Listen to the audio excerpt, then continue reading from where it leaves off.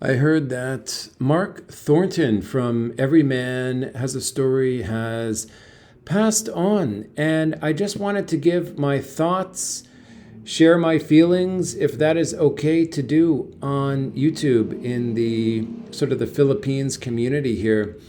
First of all, I was surprised to hear the news. I mean, I thought, the guy had 10 more years left in him. I thought, his Rogan would be in high school when, the time came. I remember in one video he said that he will probably be gone by the time little Rogan graduates high school. But I was thinking at the time, he will live beyond that for sure. He looked okay, he looked healthy, had 10 more years at least.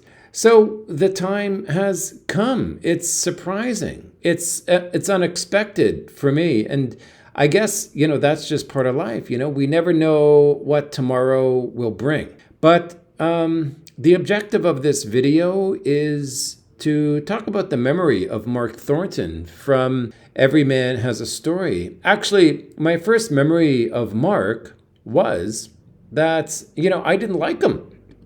I'm just being honest here, folks. I didn't like him, and I forgot the exact reason why, and I really have no interest in trying to remember the reason. But actually, at some point, we did make amends, okay?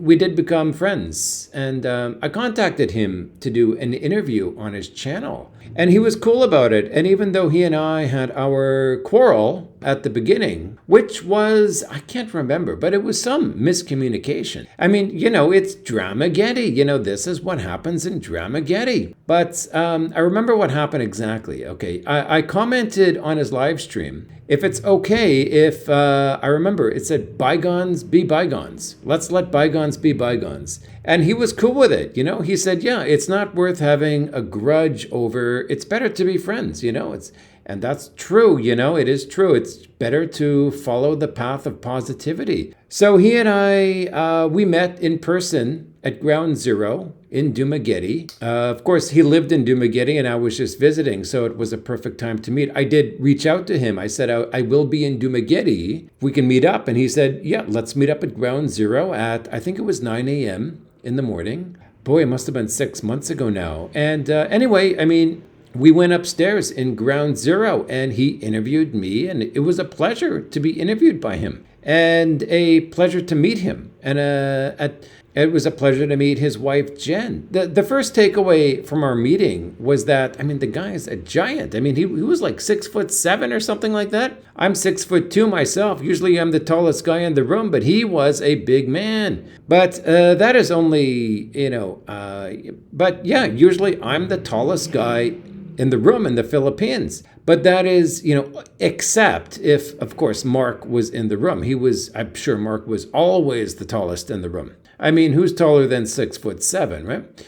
The first guy in a long time who I actually met in person who was taller than me. So anyway, we had a very smooth interview.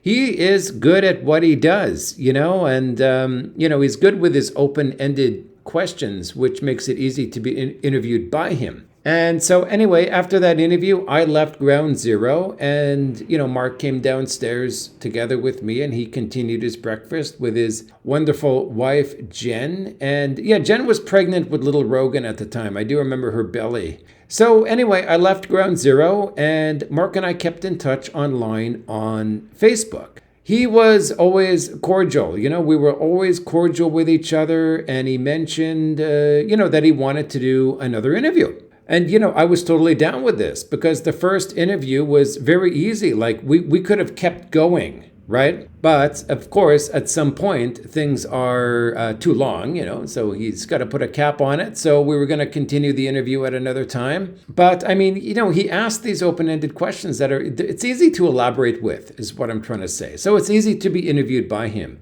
But I did hear him in a live stream that he said that it was easy to interview me. So positivity feeds positivity. So anyway, I did appreciate those positive words from Mark on his live stream. And the second interview, it did not happen, unfortunately. But actually, that was But actually, that was this. Like in regard to the second interview, it was a failure of communication. I'm gonna talk about this. See, I was returning to Dumaguete, and I contacted Mark about meeting up. Right now, what exactly happened was that I wanted to meet Mark at his house. Okay. And be interviewed at his house. I thought that would be pretty cool. I just wanted to see his house in real. I mean, his house seemed to be totally unreal for $30K a month. It was huge and right on the ocean. But the problem was, I did not want to ask him directly if I could, go to his house. I forgot the details, but the way I worded it was that I left it up to him to read between the lines. I mean, I think I should have just said directly, do you mind if I do this interview number 2 at your house when I come back? But I didn't say it that way. I sort of felt like I'm intruding into his personal world there, asking to get his address.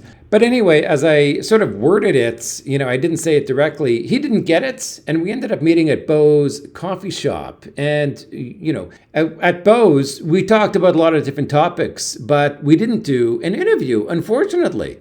And later, I messaged him on Messenger. I said, I enjoyed our conversation, but next time let's do an interview at your house. So now, in hindsight, I was being as direct as I should have been prior to the interview. So anyway, he said, yeah, that's better for me. I'll just tell you where I live. I said, okay, next time I'm in town, we'll do that. Anyway, obviously, that is not going to happen now. But, I do wish so much love and respect to his wife and his baby. I am compassionate to their plight. I mean, their situation.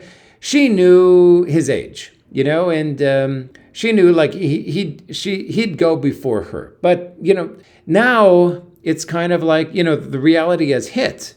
Now we're living this thing that everyone knew was going to happen eventually. I mean, personally, I thought it was going to happen 10 years from now. And it's kind of a bit overwhelming. I'm a bit short of words here. I mean, for me, I can only imagine what Jen is going through at this time right now, today, as he has passed away. So I just wanted to ask the Lord up above, to bring positive energy to Jen and her situation right now. I hope that Jen can, she's a strong girl. I know she's going to pull through this. Jen, words directly to you. I do wish you, a lot of people are wishing you the best right now. I and others, we're all here for you. We're talking about you and we want to help you. And I'm sure, something will be coordinated, whatever it is. It's too soon to know the details. Little Rogan, you are a lucky boy. And I'm going to tell you exactly why you're lucky. I wish myself. I mean, it would, for me, it would only be a dream for me to be born in the Philippines, like half, American, half Filipino, to be raised there, especially in Dumaguete, a great city. And for me to spend my life there. But this is what you have. I mean, you're like, nowhere is perfect in the world, but the Philippines is a dreamland for those who live in various countries around the world. And you, little Rogan, are going to be able to spend your life there in the beautiful Philippines. I wish I was, in your shoes. I wish I was the one who was able to do that. I could only imagine going from grade 1 to grade 12 there in the Philippines. Look, I mean, I don't know how to exactly word my compassion here. In this situation. However, I just wanted to do my best. I want to put my thoughts and feelings into the world. I just want to push my thoughts and feelings into the world. And I hope that Jen knows that, she was very lucky to meet Mark. Mark was a very positive and a good guy. And we should all be positive in this situation. I mean, I liked him, I liked him. I mean, that's all I can say about Mark. I did like him. I wish I knew him more. I didn't expect this to happen so soon. And so right now, I mean, all I can say is my personal opinion. Like, Mark, if you can hear me up there, like, you are where we're all going to end up, okay? And, I know you will be fully focused right now on looking down on your family from up there. God bless. And I hope that positivity will come from, this situation here. God bless to all listening, especially Jen and little Rogan. Mark, you will surely be missed. You yourself, from your friends, and your channel will be missed by so many, like thousands and thousands. Thank you. Thank you, everyone who's listening right now. Thank you. And please pray. If you are religious, please pray for Jen and her baby. Their life will be great. We all know that. And we are all here to help you through this difficult time. But God bless. And we'll see what happens. We'll see what happens later. But until then, guys, God bless. And we all wish the situation nothing but positivity. Thank you for listening.